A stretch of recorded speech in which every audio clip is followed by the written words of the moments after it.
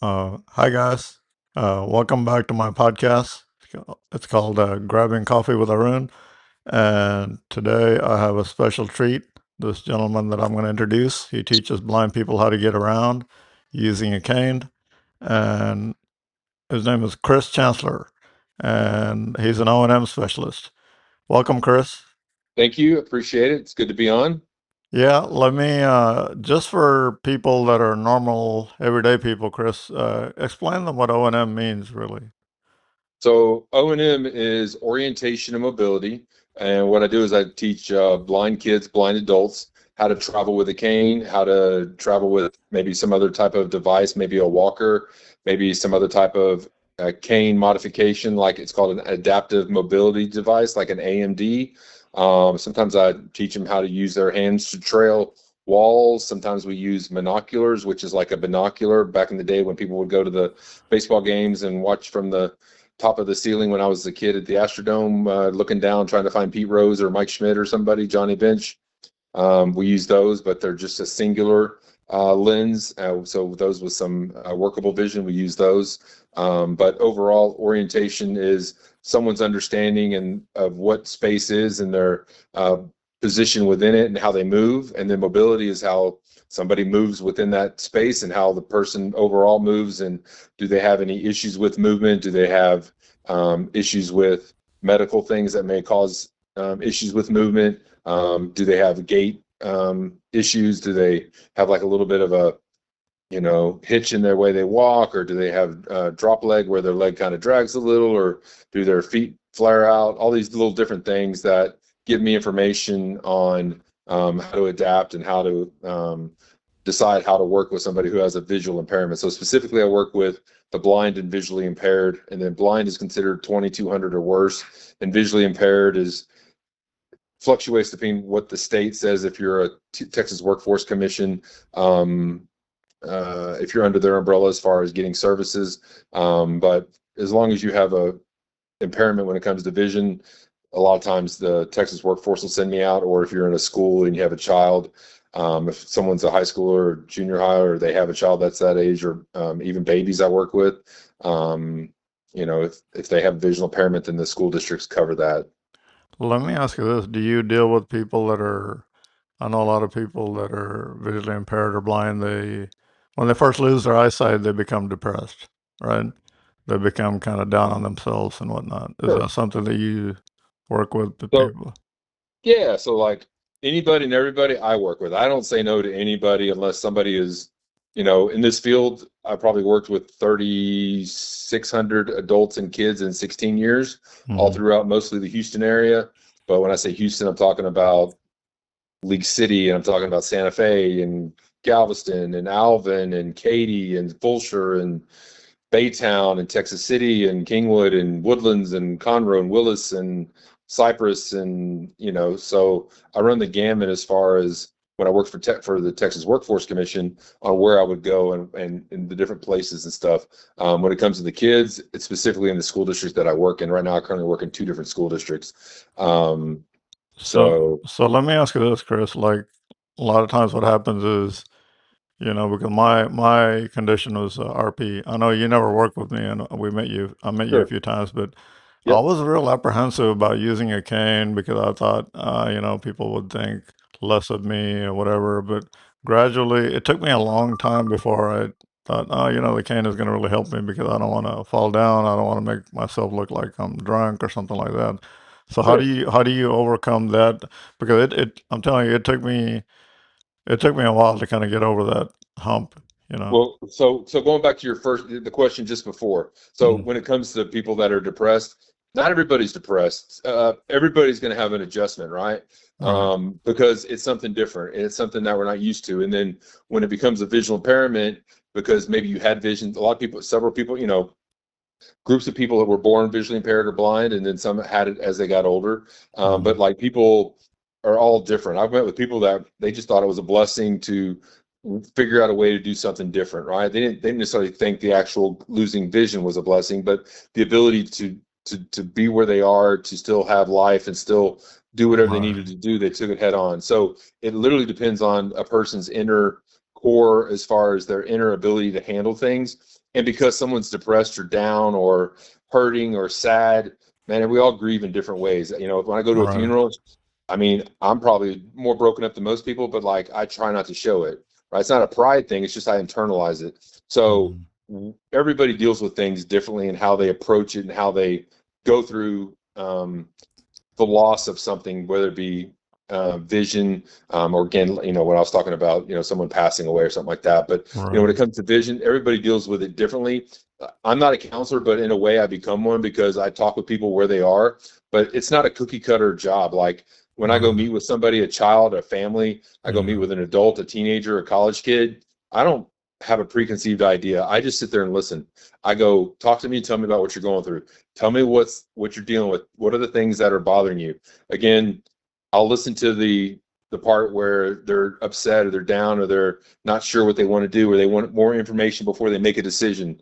And Mm. I'm not there to tell them yes or tell them no or tell them, you know, you need to wait. Or I always give them as much information that they give me in my professional opinion on where do I see them and what do I believe that they could do based on what they're telling me. But at the end of the day, if they're not wanting to do something, it doesn't matter. Like I met with people before and Right. there'd be a mom, you know, an older mom, say in her 60s or 70s, and the adult that I was working with was in their 30s or 40s, and they were like, "I'm just doing this for my mom." I'm like, "Okay, well that's good, but then we're not going to do it because if I'm going to show up and as a contracted employee for the Texas Workforce Commission, I don't get paid if they don't want to work, right? And I'm not going to write it up as, hey, we did something if they just don't want to do something. So it's all about each individual, and it's always been about each individual. Yes, there are some different things when it comes to the cane and a lot of similarities in how to travel and how to move. But at the end of the day, it's an internal drive. Is somebody at that point where they're willing to want to do this? Are they excited about doing this? Is this something that they're Right. motivated by? To me, the number one thing that is It depends on the what's the individual. word? It depends on the It individual, I guess. it does. And so a lot of times when someone is dealing with fear and anxiety, it's crippling, right? But Right. the number one thing you do is answer those questions, man. Because when you have answers, that fear and anxiety goes away. When you don't know something, you internalize it, and guess what? Those little demons at night, or whatever you want to call them, those little things that get in your head and tell you Right. you're not good enough and you can't do it, man, you knock all those boundaries down when you get answers. You get answers, it clears the air, it clears your head, it clears the clouds, and it gives you information. And you still may not want to do it at that point. You still may want to wait, whether it's you're waiting on a job or you're wanting to do this or you just want a No. couple of weeks to get ready, you know. Look. But at the end of the day, the answers that you get, they clear a lot of things up, and it changes people's perspective on what we do and how we do it. At the end of the day, it's fun. Like, I mean, like if someone's not having fun with me, again, we're not lollipops, rainbows, and candy canes, Right. but it's fun. If we're not having fun, Yeah, we're then doing we're doing it something wrong. wrong. Yeah.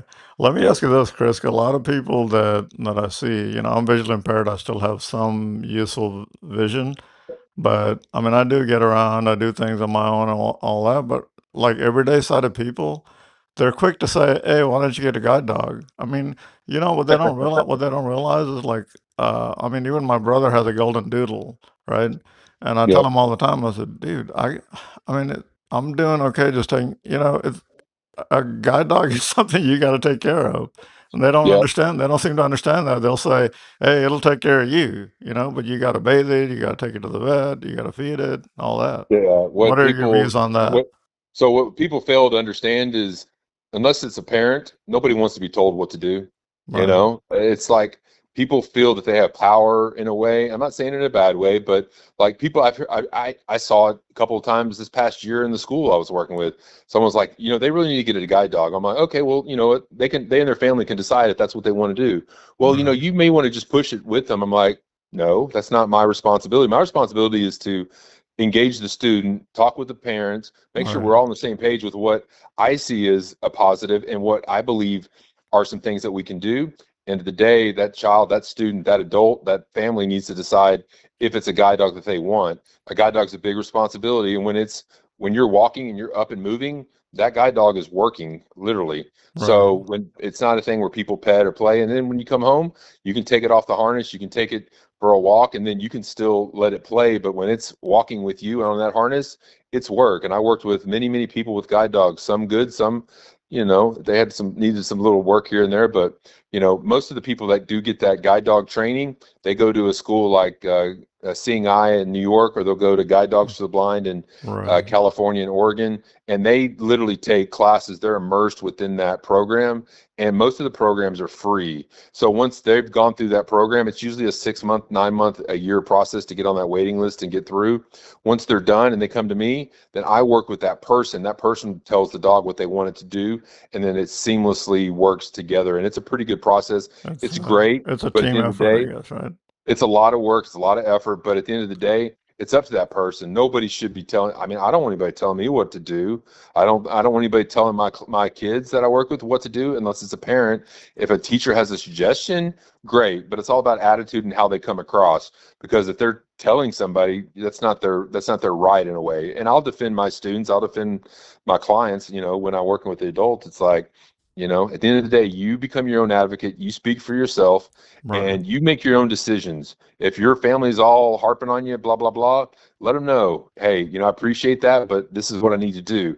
Now, some circumstances are, there may be somebody that's, say, in their 30s or 40s, and their family's taking care of everything for them. Hmm. And it may be one of those things where, you know what, to I'm on the fence if I want to do it, but because my family really wants me to, and they think it's a really good idea, then maybe I should just go ahead and do that. But At least it try doesn't need it, to be right? one.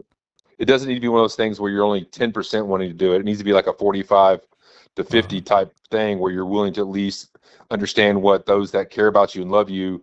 If you're in a position where you need to be mobile, and it's so much better, that's the way to go. Or if you've had mobility training, which anybody who gets a guide dog has to have mobility training, they have to be able Right. to pass certain tests. But if you're just going, you know what, this cane isn't for me, I prefer the dog, then it's a great way. But nobody other than family and getting good communication with an orientation mobility specialist, or a visually impaired teacher in a school district, or somebody who works with the blind and visually impaired, like an ophthalmologist, optometrist, or Right. somebody in the medical field.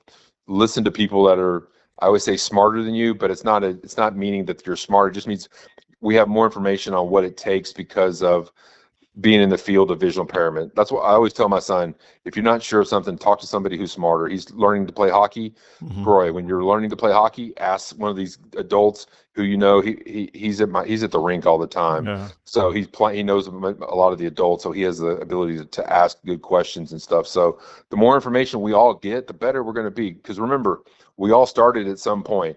I didn't just become me 16 years later and able to talk to you and communicate with you. I started off new, and I always learn something new every day, and I'm not afraid to ask. Yeah. You know, Believe and, it or and not, Chris, that's why I started this podcast because I'm very shy and kind of timid. So, I mean, I listen to you you sound pretty talk. outgoing here. Well, I know, but I mean, I'm thinking, let me ask you this. Sure. How did you personally, like your journey, how did you start off by saying, okay, I'm going to go do this. I want to help blind people or whatever? So when I was probably in my early teens, I grew up in the church, and I just had a heart for people. And so I always felt that at some point I was going to do something to make a difference, right? I'm a Right. big fan of being real with people, and I'm not going to, unfortunately, when you're in a school and someone sees someone who's visually impaired, and sometimes adults and people who maybe listen to this that are visually impaired will go, they can't stand when someone walks up to them and goes, "Oh my God, I'm so sorry," or they have Right. this overly apathetic attitude. And sometimes it's okay, but when you get it a lot, it's annoying. So I've always had this heart for people to be real, to be honest, to shoot straight, and to help. And so I've always wanted to do that. So when I was going, I grew up kind of, I'm not gonna say poor, but kind of middle to lower end of how the families are nowadays or whatever. So I was always appreciative and thankful, and always worked hard for everything. Wasn't the greatest student, but I always thought I was very smart. I was probably very street smart, very Hmm. overly knowledgeable about things. I worked really hard. I always worked doing yards, or worked at Target for all through high school and college. Well, so I went to college. I paid for all my school. I sold my car to go to school. I graduated from Stephen F. Austin State University, which is one of two schools that have the orientation and mobility program in Texas. The other one is Texas Tech in Lubbock. And so after more than 4 years, unfortunately, probably 5.5, I finally graduated with a degree in journalism communications and a minor in psychology, which all have helped me along the way. So for 13 years, I worked in corporate advertising for the Houston Chronicle. I loved it, but then the newspaper industry, if anybody read the newspaper from the early 60s, 70s, 80s, 90s, once the 2000s hit, internet Right. took over and newspapers started going downhill. Yeah, they're Well, going by down. by 2008, 9, I knew the writing was on the wall. So I started making plans for something different. I was like, man, I got a heart for people. I love this. Want to make a difference. That's what I want to do with my life. Well, one of my really good friends, Chuck Holcomb, who's an orientation mobility instructor, who he and I Right. He graduated trained together me a with, while back. who Yeah. he's the one who gave you your training, I believe, at some point. Right. Um, was one of my best friends in college, and we hung out forever. And I think the last week before graduation, I finally asked him what he was going to do with the rest of his life, because we were always talking about girls, going to clubs, and having a good time watching sports, right? Right. And he's like, I'm going to go work with the blind and visually impaired. And it caught me off guard because he was always partying and having a blast. And I'm sitting there going, what? You're going to do what? And he was like, yep. And in so many words, it was a little more colorful and wild in our conversation on what we were talking about. But I was like, dude, I think I want to do that one day. And Right. so that was in 1995. The newspaper industry kind of went down in '08 and '09, even before that a little bit. But by 2009, I had already started going to college at SFA again to get my second degree in orientation and mobility. I was doing, they called them satellite courses. Now they're called Zoom courses, right? Where people Right. get on Zoom or Google Right. Meetup or whatever it's called. So I would have to go to Region 4, which is close to 290 in the Houston area, and go to a giant college classroom like thing and sit there and watch a monitor and take tests and quizzes. And after 2 years, I got my degree, I had to go take a test. It was an extremely hard test. It's almost like a bar for someone who's a lawyer. Right. Right. Extremely hard test, like 300 Believe it or questions and not, something like Chris, I that. think you should be doing the podcast here today. Right. You talk clearly and all that, and Oh, I'm thanks, learning. man. Well, hey, Yeah. and I'm always willing. If you ever want to invite me back, I don't mind. Or if anybody No, has questions, they let can me ask contact you me at the end. this. Let me ask you this. In your 16 years you've been doing this, what are some crazy situations that you dealt with as far as, without naming any names, of course, but like with blind people and all that? What are some That's a good question, man. Okay, what are some so challenges that you say, okay, this is tough. I've never seen this yeah, before or something so like that? anytime I've ever had an issue where I felt like I needed to ask somebody for a way to work with somebody who I was unsure on how to work with them. I'll give you three scenarios and remind me if I forget one of them. Okay, first one I'm going to go with was a college kid, and he was really overweight. And when I say Mm. really overweight, he was probably about 450. Wow. And he lived they had a basement in their house, right? There's not many basements in Texas, but he had a basement in his house. And it was a narrow stairwell, and he had to climb that every day. Wow. And that was a hard deal. Mm. So that became one of the things where then the person who worked before me had to bow out because she was the mobility instructor before me. She was probably 5'6" and 110 pounds. Yeah. And so, if anything happened to him, then or to Right. her, or him, she would get crushed if he fell backwards, right? Right. So it became a come to Jesus type thing with family, to where we just had to say, we want to work with you. We want to do something different, but there has to be some changes on your end. And so over time, wound up going and getting the gastric bypass surgery, lost about 150, 200 pounds, started doing Wow. mobility training again. He had some mobility training before, How old was he but again? he was like 19, 20. Yeah. And That's a so lot of weight though, like that's a lot of 450 weight. pounds. Yeah. Yeah. And so now he's, I think, at like 310, something like that. So Hmm. it's doable, workable. And again, if you're 350, whatever, you're fine. But if you're coming from a basement trying to walk upstairs, and that's one of the things you need to do, that's important to be able to do that and balance and hold on to something, right? Right. So it wasn't a scary thing for her. The previous O&M, it was scary, but for me, it wasn't. It was just a matter of, um, communicating with the family. Look, we're gonna have to wait a little bit Yeah, until it we can seems figure like out you what's have to going be a on. psychologist or something like that in In a situations, lot right? of ways you do. And like, and I'm real and I'm honest. I'm straight up, and it's like I don't care what walk of life you come from. I don't care what you believe. I don't care what you say to me. I don't. I mean, like Right. I do, right? But I mean, I don't want someone to say cuss at me or scream at me or whatever. But I'm there to work with you because you have a need and you have the desire to do this. I'm not there to judge you. I'm not there to, you know, I'm not a drill sergeant. I'm not going to push you beyond your limits. I'm there to work with you, and you tell me and build a relationship, build a friendship on trying to figure out what you're trying to do, right? Did you ever tell Another, anybody I can't work with you or? so I did once, Mm-hmm. and that one was just because, again, 3,600 people or so, right? So one. And that one was because she said my name at the beginning of every sentence. Okay, that's not a big deal. Okay, though I don't like I don't like people repeating things to me. It's just one of my little nuances, but that's not it. But she would always like cuss 2 or 3 times in the middle of that same sentence. She's like, Chris, MF, God dang, you know, and saying stuff. I'm like, okay, you got it. You can say my name, but stop with the cussing, you know? Right. And I over time, I just told the counselor, I was like, hey, I said, I feel horrible. It's not my mentality to do this, but like, you got to find somebody else. And I'm not sure you're going to be able to find somebody else. And they're like, Was she an she's already older on. lady? Was she an older lady? Yeah, she was probably in her 50s Mm. and Yeah. Caucasian, you know. Yeah. But I've had people tell me they won't work with me because I was a guy or I was Caucasian. I think I But might have again, an idea who that is. So. yeah, but see, like for me, it doesn't bother me. That person lives on the north side. So if you know anybody, if it's that who you're thinking, then I Yeah. don't remember their name. It's probably been No, 10 no, years we ago don't or want to so. mention any names. So. Yeah, they moved. But you know, but like so another one, let's talk about another one. So I worked with somebody who was transsexual, and like I Right. don't have a problem that whatever anybody chooses to do, no That's their problem. business. But Yeah. yeah, and so when I showed up, they're like, "Oh, another one." I was like, "What do you mean?" They're like, "Well, you're not gonna last." I'm like, "What are you talking about?" She's like, "Well, you're the fifth one that's come." I'm like, "The fifth what?" Because no, they don't tell me background a lot of times, right? Right. I just Right. They show up. just kind of, And yeah. so, well, you can tell I'm transsexual. I'm like, well, I didn't really notice. She's like, well, let me show you. And so she not show me that, but she went into she had like this other room, and she had all these crowns, like all these tiaras, and Mm-hmm. like for beauty pageants that she went to and stuff. And it was a he, but you know she was transgender to Right. a female. And she's like, she goes, I know you're not going to come back. I'm like, we're wasting our time. And I was like, okay. I was like, we can put a wager on it. I said, as long as you decide you want to do this, I'll be back. And she's like, okay. She's like, I don't believe you.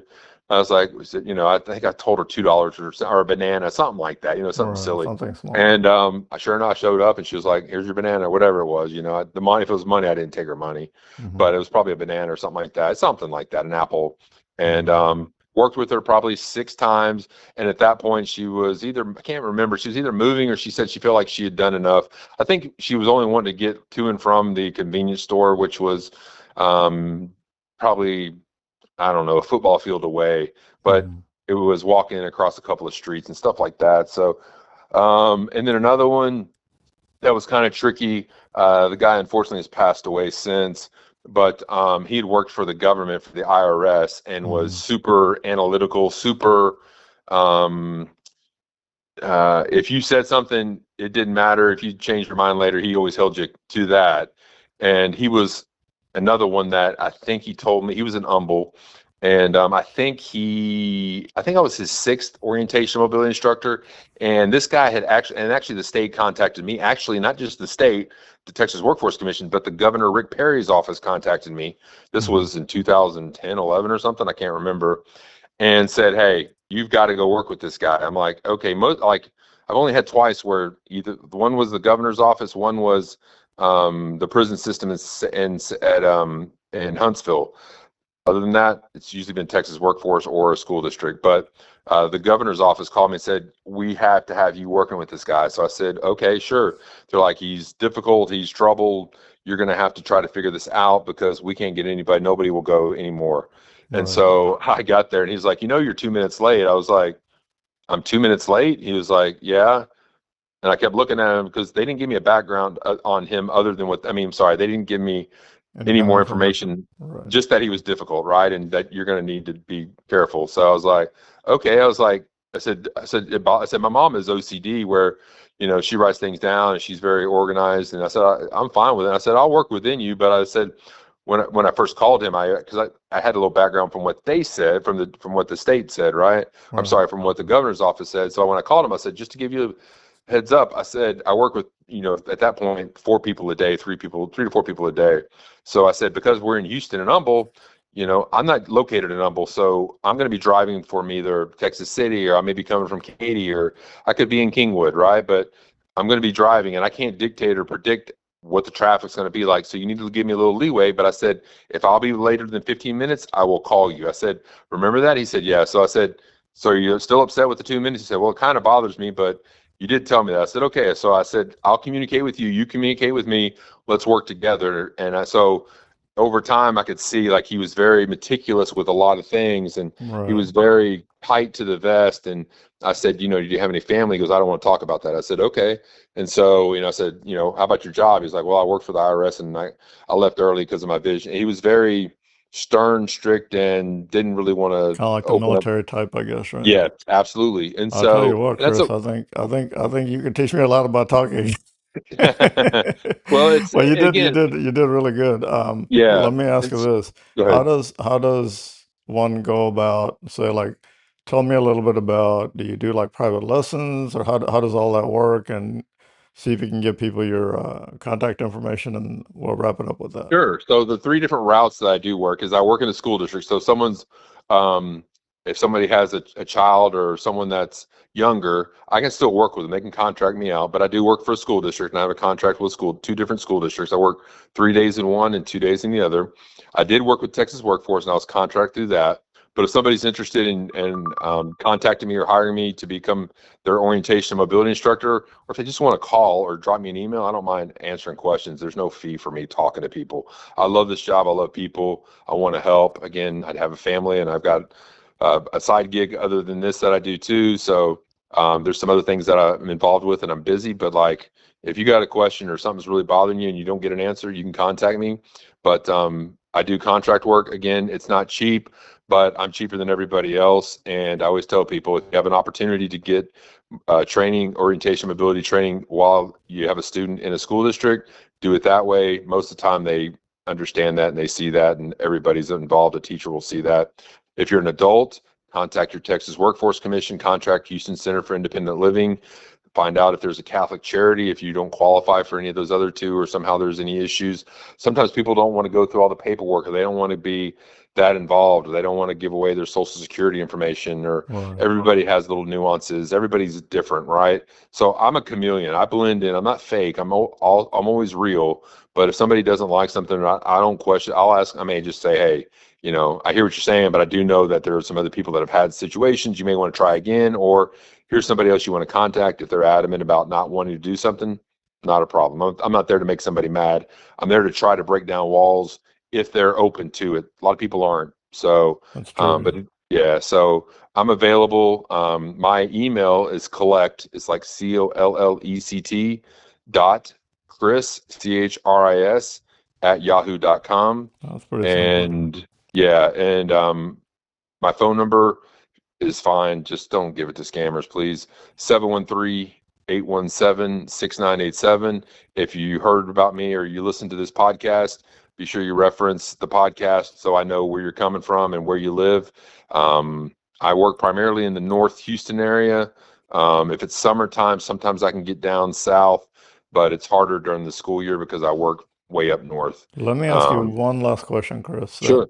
Is cane training, is that like ongoing? Like, because let's say, for example, that you were trained like 10 years ago or something like that, and you want to go back and learn more, or learn So some new skill. cane training in a way never ends. Yes, it ends. Yes, there are periods of time where you'll have it, periods of time where you want.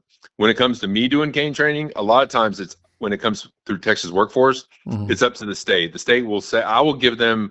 So most of the time when I work with somebody, I would say, I'm going to work with each client on Mhm. average 12 times. Now, Mhm. somebody may be an amazing cane traveler. Somebody may be really struggling that have had cane training before, right? Right. But even if somebody's new, by 12 sessions, we're going to do everything that you want to do and where you want to go, not what I want to do, not where I want to go. Unless there's something that you're telling me you want to do that I think is really cool, then we'll go. Well, I'll offer that up. But if you're adamant about not doing something that I suggest, no problem. But at the end of the day, if we're doing stuff that you don't want to do, that person's not going to want to do it.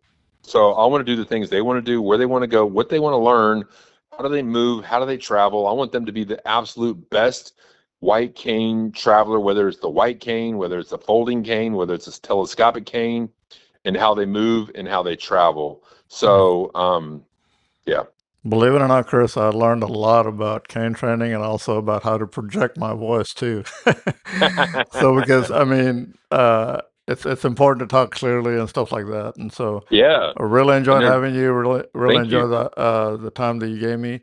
And this is Arun Gala, and my email is grabbingcoffeewitharun@gmail.com. And thanks again, Appreciate Chris. you having me. Yeah, we'll be in touch. Thanks Absolutely, again. man. All right. Thank you. Okay. Bye bye. Bye bye.